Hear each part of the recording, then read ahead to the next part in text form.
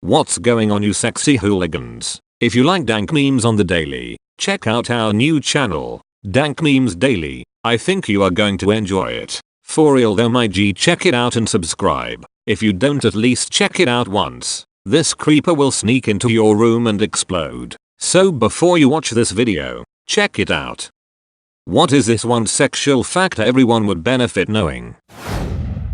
Having stamina is not necessary or always wanted. Some women get sore after a short period of time and the experience is no longer enjoyable for them. On the flip side, extended foreplay can be used so that your partner can climax during intercourse. Things are much more enjoyable if you have sex before you go out to dinner. No bloating, no upset stomachs, etc. Also, baby wipes make great before after sex wipes. Go pee after sex. Especially you ladies, it'll keep your pipes flushed, which will cut down on UTIs. This is the trick urologists hate. Getting a handy while doing 75 miles per hour on the freeway could be hazardous. Talk to your partner about what they like. Don't assume they enjoy what your favorite porn star does. Sticking your fingers in someone, wash your hands and clip and file your nails first. If you can't afford a condom, you definitely can't afford to have kids. I can get condoms for $3 at Walmart. If you can't afford condoms, you have bigger issues at hand than having sex. Do not try to do anal without discussing it with your partner first. Nobody likes surprise anal, especially without lube.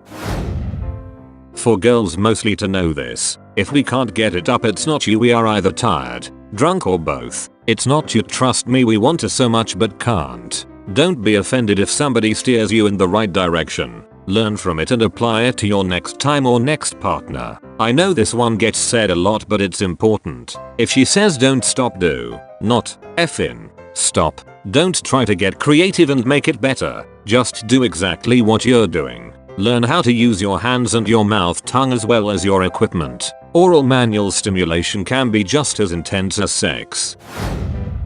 If you're in a relationship longer than a year, there will be times when sex is boring. Feels like a chore, isn't as interesting or fun. You have to work at it. That goes against common sense because you would think it gets easier, but most people start to take it for granted. You gotta find ways to excite each other, stay committed to foreplay, and make time for it. Sometimes a dude just can't bust a nut. It's not his partner's fault, it just happens. Learned this one with my husband over time. It's an amazingly complex calculus of factors that go into it. Dehydration, medication, exhaustion, etc. Be prepared for noises. A lot of noises. Funny, weird, or embarrassing ones. There are plenty. Never ever laugh about it unless the person source of the sounds finds it funny too. Coconut oil is awesome. What's not awesome? Coconut oil and condoms. Unless you want to get preggers, find a different lube. Tightness has nothing to do with how many people they've slept with, size of the dicks they've had. It's pretty much all down to arousal. By that logic, any woman who's had a child would have a huge gaping hole in them. So if your mate is bragging about the girl he shagged being so tight, it most likely means she was not that turned on. Don't know if this counts, but brush your goddamn teeth first. There is no greater turn off than a big face full of shit breath when you're trying to come. Orgasming for a woman is incredibly hard. Many women have never even reached orgasm in their lifetime. That's why toys can help. Guys, just don't take it personally if you can't get her to orgasm. It sucks more for her than for you, honestly. Vaginas should in no way smell like fish or rancid garbage. If you're a woman with this issue, please go to the doctor. If you're having sex with a woman with this issue, please tell her it can be an easy fix with her doctor. Bacterial vaginosis. Sex while your lady is on her period isn't a bad thing. Put a towel down and go to town. Usually helps my GF alleviate her cramps too. Don't continuously try pressuring her to do it raw because you're having a hard time lasting. Don't question her intelligence by trying to convince her that the pull-out method is safe. Your low sperm count comments are not nearly as believing as you think. And no, the condom is not too tight. Also, if she reluctantly agrees to do it raw after your 100th plea, she probably too worried about pregnancy to enjoy any of that raw sex you begged for.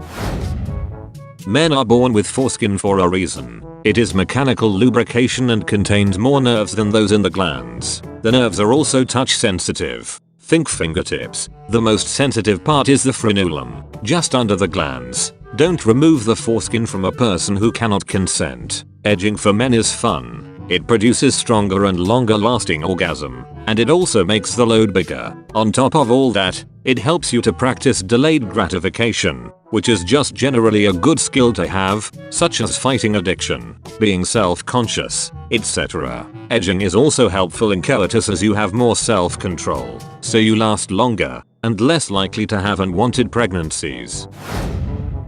When you apply a condom, you don't want it to be tight at the tip. That little reservoir part needs room to fill up with semen. Also, as soon as you ejaculate, you need to grip the base of the condom, pull out, and clean up. Pro tip: tying a knot in the condom keeps it from spilling semen and making a bigger mess. Hymens don't need to break, and so a woman's first time does not have to involve any pain or blood. If someone has a tight hymen, get them turned on and then slowly use your hands to stretch it out. If they are new to sex or haven't had sex in a while, it may take a couple of sessions until it is stretched out flexible enough to accommodate a dick. Don't turn the lights off for sex. If you want them off because you're disgusted by your partner's body, you may want to reconsider the relationship. If you want them off because you're disgusted by your own body, put it out of your mind. If we were to become disgusted by your body, no amount of darkness would have helped. Insecurities aren't attractive.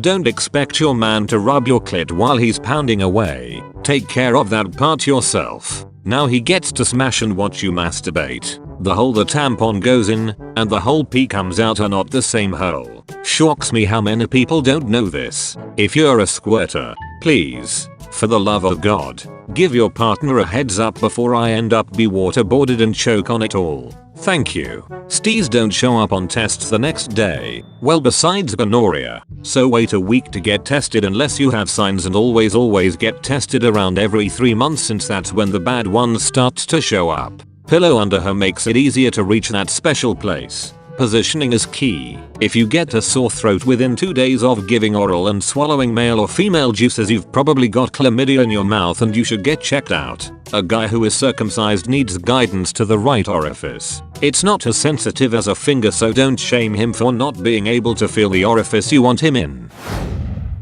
If you're worried about going down on a girl and aren't sure how to make happy, use your tongue to write the alphabet on her clit. Firm pressure, but not too hard. Her hips will start twitching when you get it right. Have fun. For my inexperienced men out there, the trick is in the clit. Also remember, it is not a mini punching bag. It's very sensitive. Herpes is way more common than you think it is. A lot of people never know they have it. Not sure if this is the case for everyone, but I'd say 90% of what I get out of sex is knowing that my partner is feeling good as a direct result of what I'm doing. If your partner is doing a good job, tell them.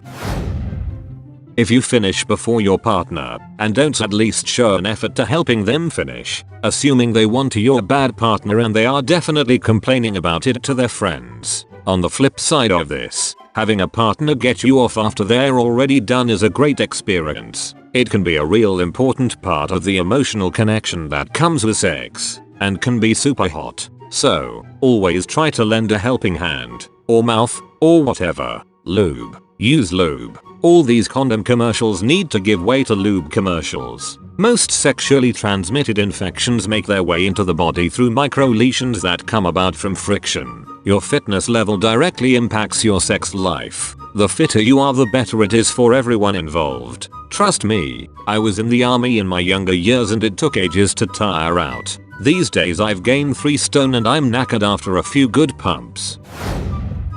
The right person won't make it painful, stressful, or demeaning experience no matter what. If you feel that way, it's their fault, not yours. Don't be shy about introducing toys into the equation to spice things up. When I was younger, too many of my friends let ego and pride get in the way of making the experience more pleasurable. I'm good in bed. I don't need anything else to get him her off is just a selfish way of thinking, and the bedroom is no place to be selfish.